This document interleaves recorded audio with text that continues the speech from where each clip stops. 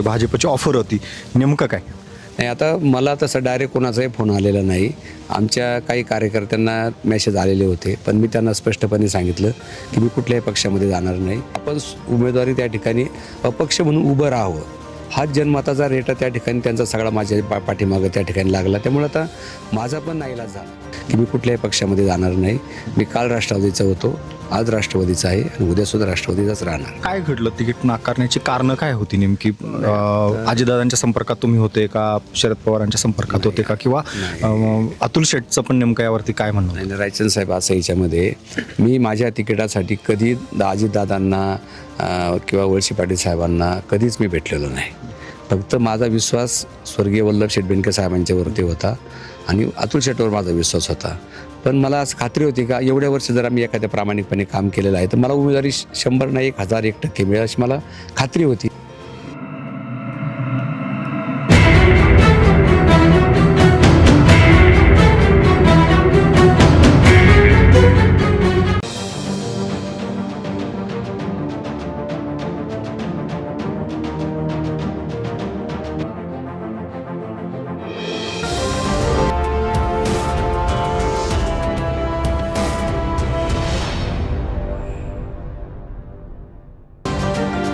जिल्हा परिषद निवडणुकीचा माहोल सुरू झालेला आहे आणि पुणे जिल्ह्यातील सर्वात महत्त्वाच्या मतदारसंघामध्ये म्हणजेच बोरी खोडद गटामध्ये आपण आहोत, जिथं जिल्हा परिषदेचे माजी पांडुरंग पवार यांच्या सुनबाई कविताताई पवार या ठिकाणाहून राष्ट्रवादी काँग्रेसच्या इच्छुक उमेदवार आहेत. पण अगदी उमेदवारी जाहीर होण्याच्या दरम्यान कल्पना काळेंना ही उमेदवारी गेलेली आहे आणि त्यामुळं पांडुरंग पवारांनी निर्णय घेतला त्यांच्या सुनबाईला अपक्ष निवडणूक त्या लढवणार आहेत. नेमकं काय घडलं आणि आता काय स्ट्रॅटेजी आपण त्यांना विचारणार आहोत. पवार साहेबाला सोबत आहेत.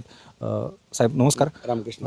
मला सांगा, हे सगळं घडलं आणि आता तुम्ही अपक्ष सुनबाईला हे केले, पक्षाने काही थांबवण्याचे काय प्रयत्न केले नाहीत का? किंवा तुमच्या डोक्यात नेमकं काय होतं? साहेब, रायचंद भाऊ रामकृष्ण हरी, खरं तर मी राष्ट्रवादी काँग्रेस पक्षाची स्थापना झाल्यापासून गेली जवळपास 25 वर्ष राष्ट्रवादी काँग्रेस पक्षाचं काम करतो. त्याच्या अगोदर 1985 सालापासून स्वर्गीय वल्लभ शेठ बेनके साहेबांच्या बरोबरीनं काम केलं. नामदार दिलीपरावजी वळसे पाटील साहेबांच्या बरोबरीनं काम केलं आहे. अजितदादांच्या बरोबरीनं काम केलं. शरदचंद्रजी पवार साहेबांच्या त्या ठिकाणी बरोबर म्हणता येणार नाही, पण त्यांच्या नेतृत्वाखाली त्या ठिकाणी आत्तापर्यंत मी काम करत आलो. आणि हे सगळं काम करत असताना जिल्हा परिषदेची निवडणूक आता जाहीर झाली. आपला बोरी खोडद हा जो गट आहे, हा गट सर्वसाधारण जागेच्यासाठी पूर्वी आलेला होता. तो आता ओबीसीसाठी हा गट आला आणि मला असं वाटलं की आता हा जर ओबीसीसाठी हा गट आलेला आहे, आपण पण ओबीसी आहोत, तर ही आपल्याला कदाचित आपल्या घरात उमेदवारी त्या ठिकाणी मिळेल. आणि म्हणून पक्षाकडं त्याची मागणी केली. 2 महिने पक्षासाठी त्या ठिकाणी घर टू घर जाऊन उमेदवारांनी प्रचार केला. मी सुद्धा लोकांना भेटलो आणि लोकांचा प्रतिसाद त्या ठिकाणी चांगला मिळाला. मला अपेक्षा होती की एवढ्या वर्ष जर आपण पक्षासाठी प्रामाणिकपणे काम केलेलं आहे तर मला ही उमेदवारी मिळेल. परंतु नेतृत्वापुढं काही अडचणी असतील, त्या अडचणीमुळं कदाचित त्यांना मला उमेदवारी देता येणं शक्य झालं नाही. त्यामुळं मी काय निमोदी मिळाली नाही म्हणून मी नाराज पण नाही. पण आता जे कार्यकर्ते आहेत माझ्याबरोबर किंवा पक्षाबरोबर जे कार्यकर्ते, पक्षाचे कार्यकर्ते आहेत, त्यांची इच्छा होती की पांडुरंग पवार साहेब कामाचा माणूस आहे. अनेक वर्ष या पक्षासाठी त्यांनी काम केले. या परिसरामध्ये विकास कामं त्यांनी आणली आणि त्यांना जर एकदा पुन्हा संधी मिळेल तर अजूनही आमच्या भागाचा जो काही बॅकलॉग काय राहिलेला आहे तो त्या ठिकाणी होऊ शकेल अशी लोकांची भावना होती. आणि मग त्यांच्या मनात आहे की जरी पक्षाने आपल्याला नाकारलेलं असलं तरी आपण उमेदवारी त्या ठिकाणी अपक्ष म्हणून उभं राहावं, हाच जनमताचा रेटा त्या ठिकाणी त्यांचा सगळा माझ्या पाठीमागं त्या ठिकाणी लागला. त्यामुळे आता माझा पण नाईलाज झाला की आता एकीकडं मला वाटते पक्षाच्या विरुद्ध जाणं, एका मनाला वाटतं हे आपण चुकीचं करतो आहे कारण आपण 40 वर्षे सांभाळले, ते आपल्याला आता थोडं बाजूला ठेवायला लागते.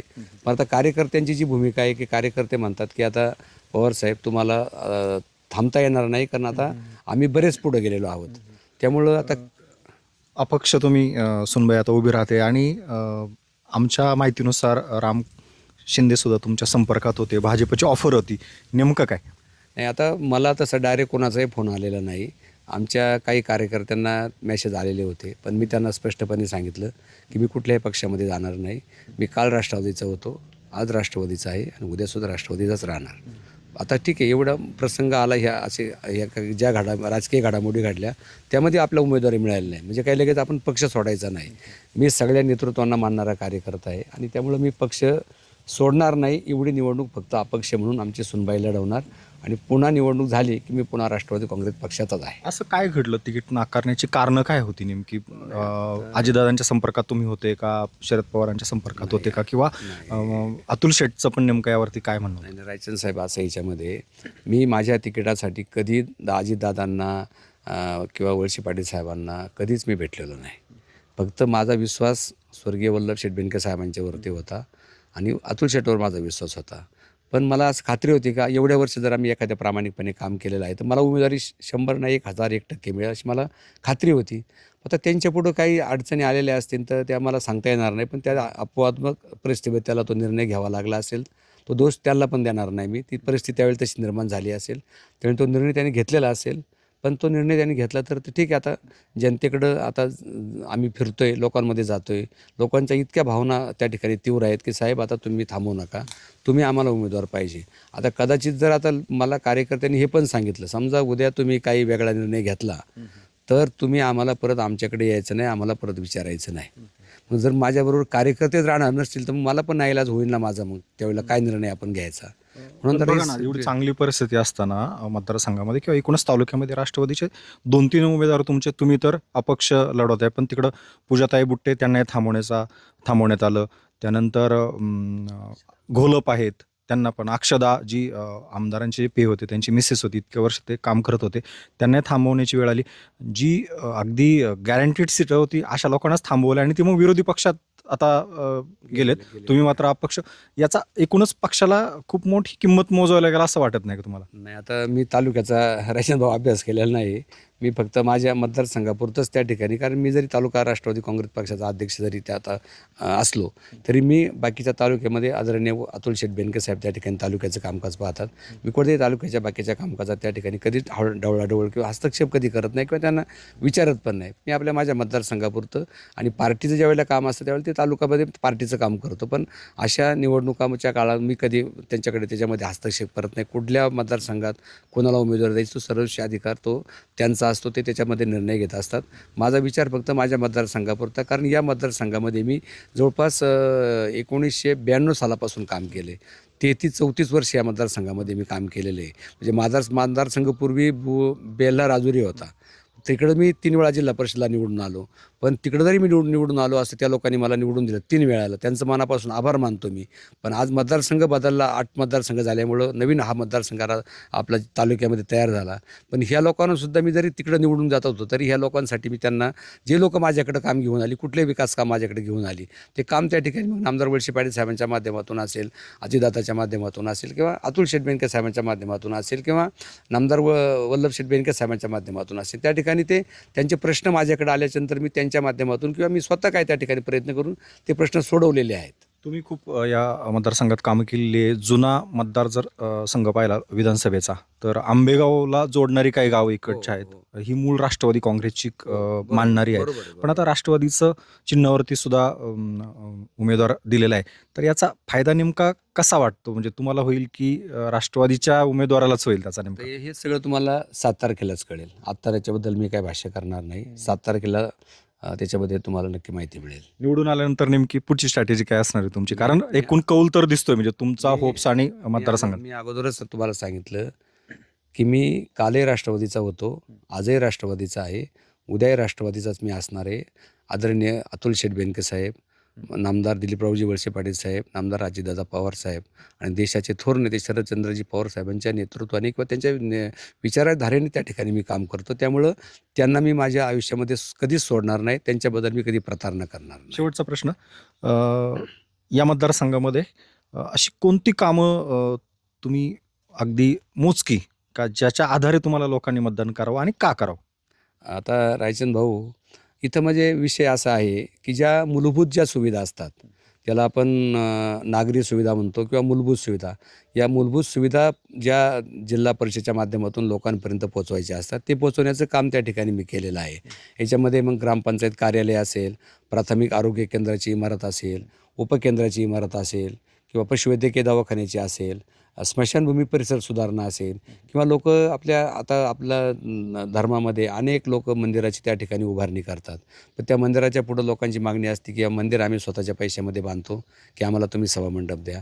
अनेक मंदिरांच्या समोर सभामंडपाची सुद्धा कामं त्या ठिकाणी आपण लोकांना दिलेली आहेत. लोकांनी ती कामं झालीत पूर्ण, काही सुरू होत आहेत, काही सुरू होतील आणि लोक त्या कामावरती खुश आहेत. आणि त्याचं लोकांचं पण मला साहेब हेच सांगणं आहे की बा तुम्ही जर आमच्या मळ्यामध्ये किंवा आमच्या गावामध्ये एवढं मोठं काम जर दिलं असेल तर या कामातून आम्हाला उतराय व्हायचे आणि त्यासाठी आम्हाला तुम्हाला मतदान करायचे. तुम्ही भविष्यात काय काम करणार ते आम्हाला माहीत नाही, पण दिलेल्या कामातून आम्हाला उतराय व्हायचे आणि म्हणून आम्ही तुम्हाला मतदान करणार आहोत, अशी लोकांची त्या ठिकाणी जसं भावना की आहे. राष्ट्रवादीचं स्लोगनच आहे, काम करत आलो आणि काम करत राहणार. म्हणजे कालही तुम्ही राष्ट्रवादीचे होते, आजही आहात आणि पुढं सुद्धा राष्ट्रवादीचेच राहणार. राहणार साहेब. कसं आहे काम म्हणजे बघा मी 92 सालापासून काम करतो. मी निमगाव सावागावच्या सरपंच पदावरती 19 जानेवारी 1989 त्या ठिकाणी मी कामाला सुरुवात केली. त्याच्या अगोदर 5 वर्ष मी काम करत होतो. पण प्रत्यक्ष सत्तेचं जे पद असतं किंवा विकास कामासाठी जे लोकांनी आपल्याला एखादं पद दिलेलं असतं त्या पदाच्या माध्यमातून मी 10 वर्ष सरपंच पदावरती काम केलं. 5 वर्ष पंचायत समिती सदस्य म्हणून काम केलं. 15 वर्ष मी जिल्हा परिषद सदस्य म्हणून त्या ठिकाणी काम केलं. आणि हे सगळं काम करत असताना मला प्रत्येक गावची बारीक सारीक सगळी माहीत आहे. मी प्रत्येक गाव मी त्या ठिकाणी फिरलेलो आहे. या गावामध्ये कुठं रस्त्याची गरज आहे, कुठं पुलाची गरज आहे, कुठं इथं लोकांना पिण्याच्या पाण्याची सुविधा कुठं आपल्याला करून द्यायची का, किंवा शेतीसाठी कुठं आपल्याला बंधाराचे त्या ठिकाणी पाणी द्यायचं. हे सगळं बारीक सारीक हा सगळा भाग गेली जवळपास 36-37 वर्ष हा भाग मी त्या ठिकाणी पाहिलेला आहे, त्यासाठी काम केलेलं आहे. त्यामुळे इथले सगळे प्रश्न मला बारीक सारीक माहीत आहे. शेवटचा प्रश्न, निवडल्यानंतर असं कोणते काम इतक्या वर्षात राहिलेली आणि त्या कामावर तुम्ही फोकस करणार आहात? नाही, कामं हे बघा, काम ही न संपणारी प्रक्रिया आहे. आपण किती जरी काम केलं तरी कामं पुढं शेवट चालूच राहतात. त्यामुळं या भागात जो बॅकलॉग राहिलेला आहे, कारण या भागात मला 1992 पंचायत समितीला पहिली संधी मिळाली. 97 पासून या मतदारसंघात मला संधी मिळाली नव्हती. तर आता त्याच्या आमच्या कविता संदीपान पवार तिच्या रूपाने ही संधी मिळणार आहे. या भागाचा जो काय बॅकलॉग असेल तो बॅकलॉग मी पुढच्या 5 वर्षामध्ये त्या ठिकाणी भरून काढणार. नक्कीच. तर आपण पाहिलं आपल्यासोबत होते पांडुरंग पवार, ज्यांनी सांगितलं ह्या भागात त्यांनी अनेक कामं केलेली ही सगळ्यांना माहितीच आहे. एखादा मॉडेल मतदारसंघ कसा असतो जिल्हा परिषद, तो पाहण्यासारखा मतदारसंघ आहे. त्यामुळे काम करत आलो आहे, करत राहणार आहे आणि पुढंसुद्धा कालही राष्ट्रवादीचाच होतो, आजही आहे आणि उद्यासुद्धा राहणार आहे. हे खूप महत्त्वाचं त्यांचं वाक्य होतं. त्यामुळे पुढच्या काळात पाहावं लागणार आहे किती लीडनी हे सीट लागते आणि पवारसाहेब शब्द पाळत आहेत का उद्या पुन्हा एकदा भाजपची सत्ता जर आली तर तिकडं विलीन होतात. नेमकं काय सगळं पाहावं लागणार आहे पुढच्या काळामध्ये. धन्यवाद.